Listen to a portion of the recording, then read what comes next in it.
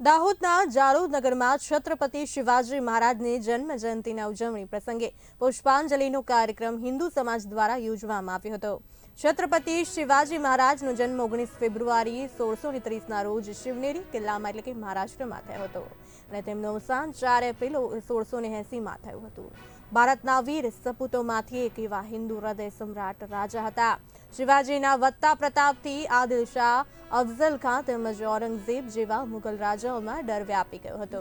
શિવાજી મહારાજને સૌથી મહાન મરાઠા શાસક તરીકે તેમને ઓળખવામાં આવે છે। જાલોદ મીઠા ચોક વિસ્તારમાં શિવાજી મહારાજની જન્મ જયંતિ નિમિત્તે હિન્દુ સમાજ દ્વારા પુષ્પાંજલિનો કાર્યક્રમ યોજવામાં આવ્યો હતો તેમજ ફટાકડા ફોડી ઉજવણી કરવામાં આવી હતી।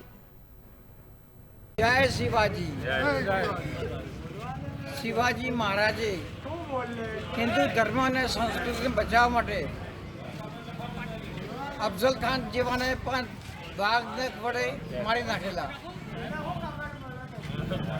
મહાન મોગલ સામ્રાજ્ય ઔરંગઝેબને પણ નમાવી શક્યા।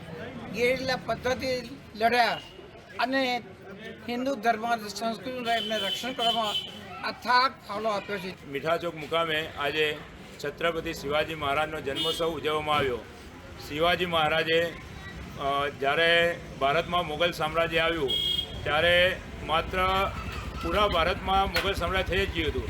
માત્ર એમના વિસ્તારમાં ધારો કે મરાઠા એ જાતે મરાઠા હતા અને ત્યાંથી એમને મુગલોને હરાવવાનું શરૂ કરતાં પૂર્ણ ભારતમાં હિન્દુ સામ્રાજ્યની સ્થાપના કરી અને શિવાજી મહારાજ જે પણ યુદ્ધો કર્યા હિન્દુ સામ્રાજ્ય માટે કર્યા, નહીં કે એમના જે એમને અંગત હિત અને જે એમના ભોસલે સામ્રાજ્ય એવું પણ નામ આપતા, જે એ ભોસલે જાતિમાંથી હતા, પણ એમને એનું નામ ના આપતા હિન્દુ સામ્રાજ્યનું નામ આપ્યું, કારણ કે તે હિન્દુ એકતામાં માનતા હતા, નહીં કે પોતાના સમાજ માટે।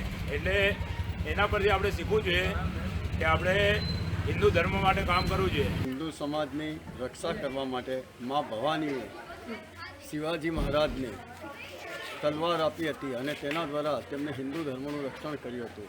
આજનો એ સમય આવી ગયો છે હિન્દુ સંસ્કૃતિ, હિન્દુ સમાજનું રક્ષણ કરવું અને તેના માટે દરેક હિન્દુઓએ જાતપાતથી ઊંચે ઉઠીને હિન્દુ સામ્રાજ્યને આગળ વધારવા માટે પ્રયત્ન કરવો જોઈએ અને શિવાજીની વિચારધારાને આગળ વધારવી જોઈએ। જય જય શ્રી રામ।